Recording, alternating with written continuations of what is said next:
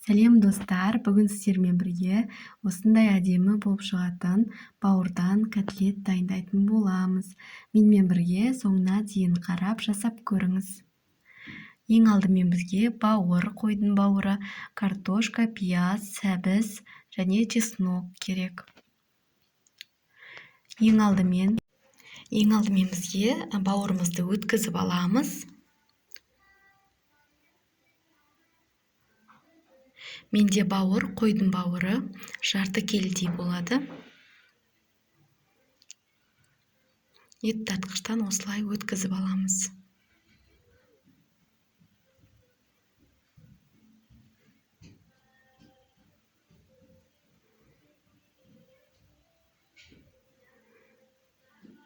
Картошка, сәбіз осы ет тартқыштан барлығын өткіземіз.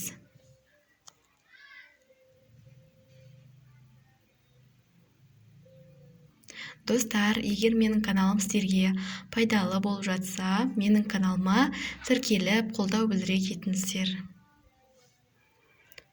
Мінекей дайын болды. Енді дәмдеуіштерін қосатын боламыз. Тұз, қара бұрыш. Астында құрамын барлықтарын қанша керектігін жазып қоятын боламын. Сол жерден қарап жасасаңыздар болады. Қызыл бұрыш қостым. Ұн қосамыз.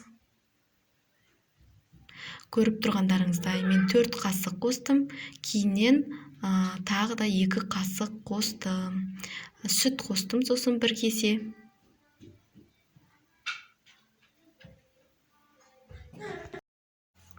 Жақсылап араластырамыз.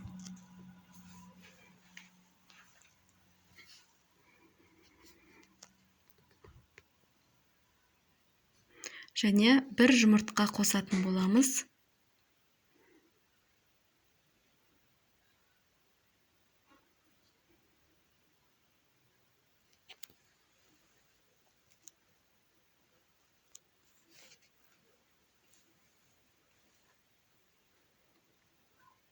Мінекей осындай болды, сәл сұйықтау.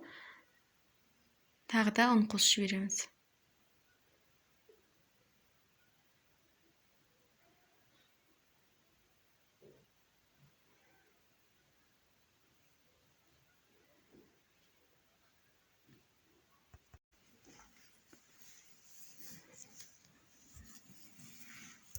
Жақсылап барлығы біріккенше араластырамыз.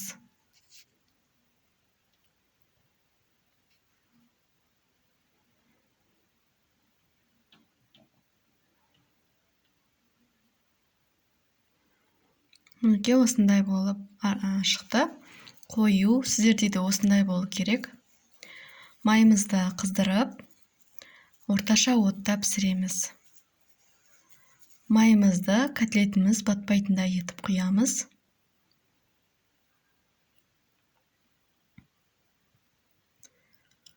Майымызды қыздырып барып саламыз.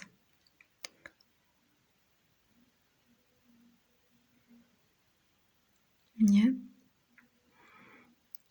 Осылай араларын сәл ашып жібересіздер. Ортасы қалың болып піспей қалмас үшін.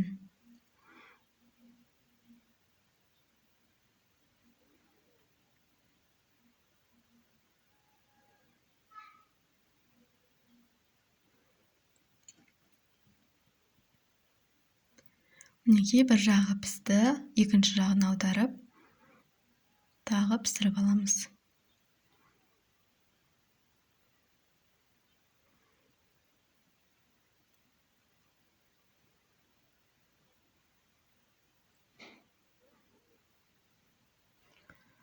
Барлықтарын осылай пісіріп алатын боламын. Менде 40 данасы шықты.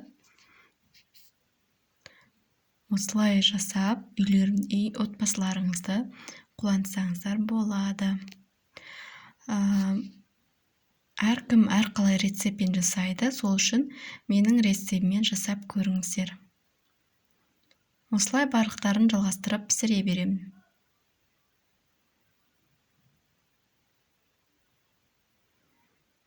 Мінекей мен барлық котлеттерімді осылай пісіріп алдым. Өте дәмді шықты. Сіздерге де жасап көруге кеңес беремін. Міндетті түрде жасап көріңіздер. Сіздермен Бұрған Гүлнәр.